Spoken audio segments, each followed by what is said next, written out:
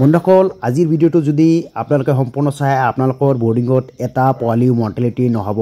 মই এইখিনি গ্যাৰান্টি দি ক'ব পাৰো যে আপোনালোকে এই টিপছ কেইটা যদি মানে নিশ্চয় মই গ্যাৰান্টি দি ক'ব পাৰো আপোনালোকৰ এক পিস পোৱালি মৰ্টেলিটি নহব কাৰণ এনেকুৱা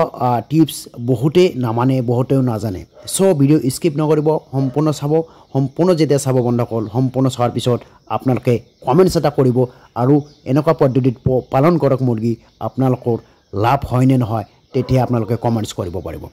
সো কথাটো হৈছে এক নম্বৰ কথা আপোনালোকে পইণ্ট মানিব লাগিব এক নম্বৰ পইণ্ট হৈছে আপোনালোকে ফিট যেতিয়া দিব বহুত ফাৰ্মাৰক দেখা পাইছো আপোনালোকে মানে ফিট যেতিয়া দিয়ে একদম 3 কেজি কই এটা ফিটাৰত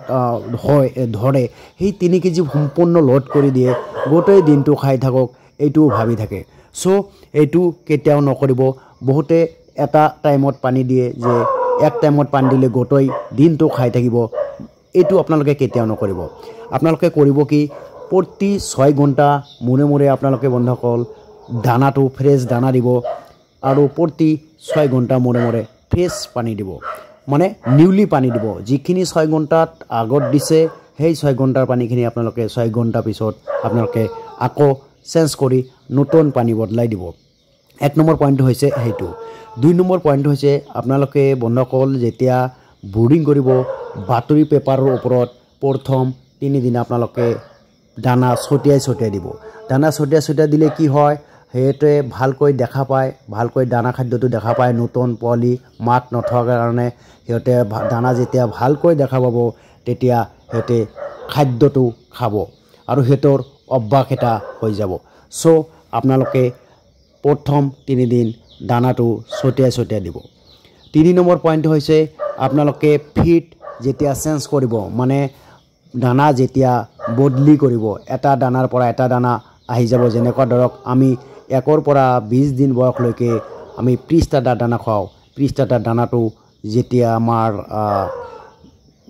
20 দিন পিছত স্টাৰ্টাৰ খাম সেই 20 দিন লৈকে আপোনালোকে প্ৰিষ্টাটাৰ পৰা স্টাৰ্টাৰ ফটককৈ নিদিব মানে 15 দিনৰ পৰা অলপ স্টাৰ্টাৰ দিব সেই প্ৰিষ্টাটাৰৰ লগত লাহে লাহে যেতিয়া অভ্যাস হৈ যাব তেতিয়া স্টাৰ্টাৰ দিব হেনকাকৈ স্লোলি আপোনালোকে ফিটটো চেঞ্জ কৰিব 4 নম্বৰ কথাটো হৈছে বন্ধকল 4 নম্বৰ পইণ্ট আপোনালোকে ঠাণ্ডা ইয়াত বোৰ্ডিঙত ঠাণ্ডাটো নিয়ন্ত্ৰণ কৰিব লাগিব মানে তাপমাত্ৰা বা শীতকালত হওক গৰম কালত হওক আপোনালোকে ঠাণ্ডা তাতে বোৰ্ডিঙত এটা তাপমাত্ৰা নিয়ন্ত্ৰণ কৰিব লাগিব তাপমাত্ৰা যাতে কেতিয়াও কম নহয় আৰু কেতিয়াও বেছি নহয় হেতু আপোনালোকে চাব লাগিব 5 নম্বৰ কথাটো হৈছে আপোনালোকে যেতিয়া এন্টিবায়োটিক দিব এন্টিবায়োটিক দিয়াৰ সময়ত বন্ধকল আপোনালোকে যিকোনো এন্টিবায়োটিক দিয়ক 3 দিন আপোনালোকে কন্টিনিউ দিব 3 দিন দিয়াৰ পিছত আপোনালোকে লিভাৰ টনিক দিবলৈ নাপাহৰিব লিভাৰ টনিক কিয় দিব কাৰণ এন্টিবায়োটিক দিয়াৰ পিছত হিয়তৰ লিভাৰটো অলপ এফেক্ট হয় আৰু কিডনিত অলপ এফেক্ট হয় সো আপোনালোকে লিভাৰ টনিক দিবলৈ নাপাহৰিব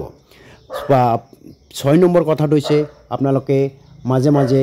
ইমিউনো কেয়াৰটো দিবলৈ চেষ্টা কৰিব কাৰণ ইমিউনো কেয়াৰত vitamin A vitamin C vitamin B12 vitamin B1